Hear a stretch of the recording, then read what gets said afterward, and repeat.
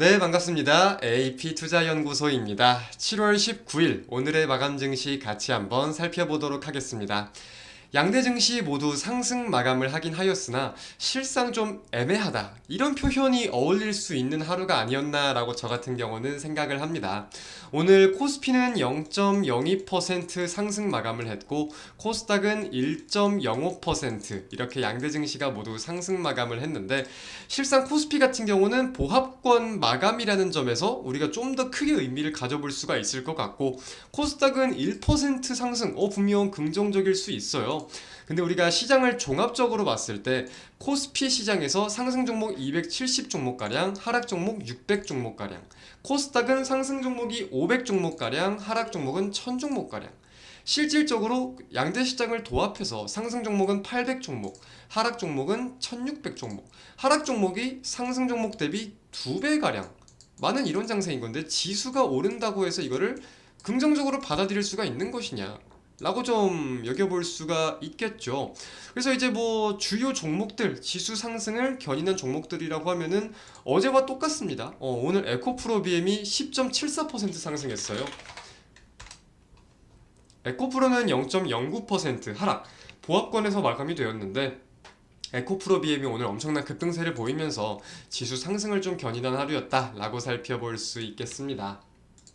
자, 그렇다면 증시 속에서 사실 질릴 정도로 꾸준히 화두에 오르고 있는 업종 2차전지, 이제 또 앞으로는 어떤 이슈에 대해서 변동성을 겪을지 우리가 인지를 분명 하고 있어야 될 겁니다.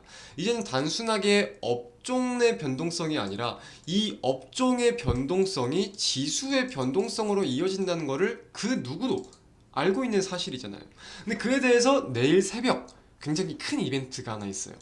테슬라의 실적이 공개가 됩니다. 미국 증시가 마감되고 국내 증시가 개장하기 전 새벽 시간에 테슬라의 실적이 공개가 돼요. 물론 국내 배터리 모든 기업들이 테슬라와 연관성을 보이는 것은 아니지만, 사실 전기차 분야에서 탑티어 기업이라는 점에 대해 이제 테슬라에 대한 내용은 국내 2차 전지와 항상 좀 같이 오르내리는 이 변동성이 함께 보였던 이력들이 있어서 분명 주목할 필요가 있을 것 같아요. 이제 뭐 매출에 대해서 많은 분들이 좀 기대감을 갖고 계시기도 합니다. 이제 전기차 기업들 2분기 인도량이나 실적이 좀 긍정적으로 나오는 경향도 있었고, 테슬라도 이제 전년 동기 대비 인도량이 꽤나 늘었다, 이러한 내용들이 좀 나왔다 보니까 거기에 대해 매출 기대감이 좀 있는 것 같은데, 저는 좀 그렇게 또 생각을 해요. 테슬라 하면은 또 이제 우리가 중국에 대해서도 함께 연동성을 짓고 무조건 같이 생각을 해야 되는 분야일 텐데, 중국이 작년 이맘때 이제 사실 경기 침체가 굉장히 심했었잖아요. 그래서 이제 전기차 판매량이 꽤나 부진한 모습을 보이기도 했었는데, 그거 대비해가지고 전년 동기 대비라고 하면은 물론 전년 실적 대비해가지고 좋아진 건 긍정적이지만, 이 전년 동기라는 거에 대해서 우리가 큰 의미를 가져볼 수 있겠냐라는 생각은 좀 들거든요. 오히려 이 YOY가 아니라 QOQ, 분기 대비로 가가지고 전분기 대비해가지고 어떤 모습을 보일지 매출 여부를 좀 주목할 필요가 있을 것 같은데, 저는 이것보다도 더욱 중요하게 매기는 내용은 분명히 있습니다. 결국 순이익.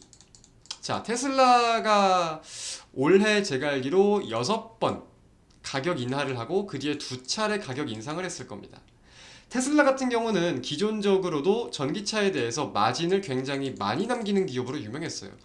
지금 전기차 한 대를 팔아도 꾸준히 적자를 보는 기업들도 있는 반면에 테슬라는 압도적으로 마진율이 높은 기업이었습니다. 그죠? 테슬라가 가격 인하를 시작하면서 원래 작년까지는 한 대당 마진율을 공개를 했었는데 올해는 공개를 안 했다고 제가 알고 있어요. 그래서 이 마진에 대해서 지금 어떤 흐름인지를 모르겠는데, 매출이 아무리 높다고 하더라도 기업이 실질적으로 가져가는 게 없으면 이건 의미가 없는 매출인 거잖아요. 결국 기업의 이익을 크게 매출 올라간 만큼 크게 창출한 건 아니니까. 그래서 이 수익성에 대해서도 우리가 계속 인지를 해야 되는 건데, 그런 부분들에 대해서 과연 테슬라가 이번에 어떤 면모를 보일지가 실적을 공개하고 투자자들의 해석을 하는 데에 있어가지고 가장 중요한 키포인트가 될 것 같다 라고 좀 판단을 하고 있습니다. 그래서 그런 내용들에 대해서 내일 국내 증시 2차전지 관련주들 어떤 변동성을 보일지 여부도 우리가 좀 판단을 해볼 필요가 있지 않겠나 라고 여겨보고 있고요.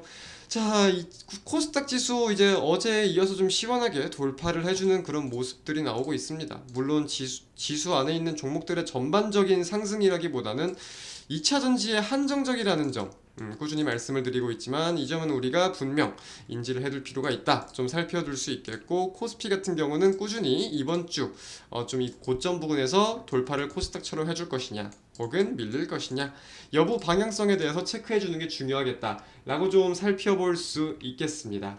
이제 미국의 산업 생산과